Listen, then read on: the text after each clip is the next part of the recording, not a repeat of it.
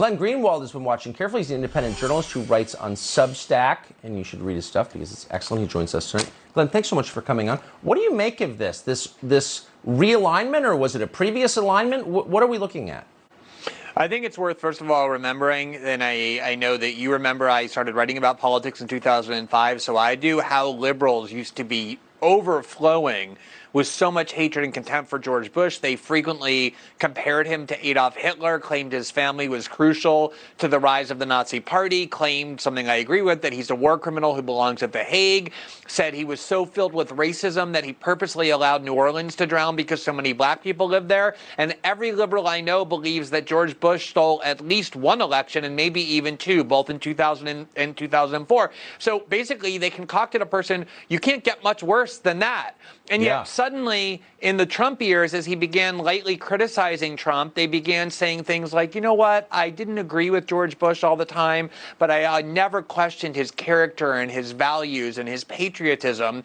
But this weekend, it turned into this love fest. I mean, they dripped with effusive praise for him because what he said there, that essentially the 9/11 attacks that he was there to commemorate are the same as the 3-hour riot on January 6th, and more importantly, that the people who did 9/11, Al-Qaeda, are similar or identical to, kind of the same foul spirit, as he put it, Trump supporters, essentially, and that they ought to be treated the same. A war on terror against Al-Qaeda, now a domestic war on terror against your fellow citizens, is music to the ears of American liberals because they want nothing more than a new domestic war on terror, than treating their political adversaries like the Bush administration treated Al-Qaeda.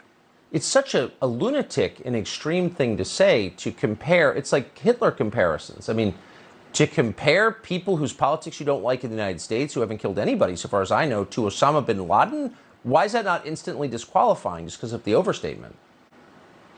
The reason is because it is a political priority, and I probably have spent more time reporting on this year than any other topic. It is a political priority of the political class to launch a new domestic war on terror. You can go back to before January 6th, to November of 2020, and see articles in the Wall Street Journal where Joe Biden was saying, my top priority as president, once I get inaugurated, will be to combat domestic extremism.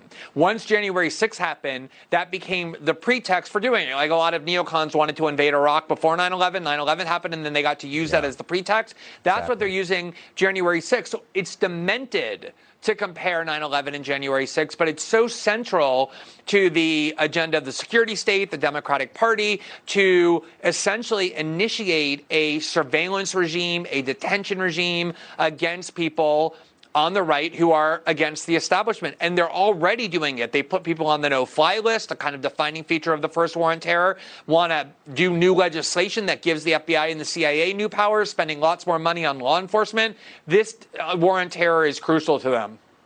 I think you're exactly right. And it's not just going to be people on the right. It's any dissent, anyone who opposes the regime. I think that would include you too, Glenn Greenwald. So good luck. Thank you for coming on tonight. Thanks, Tucker.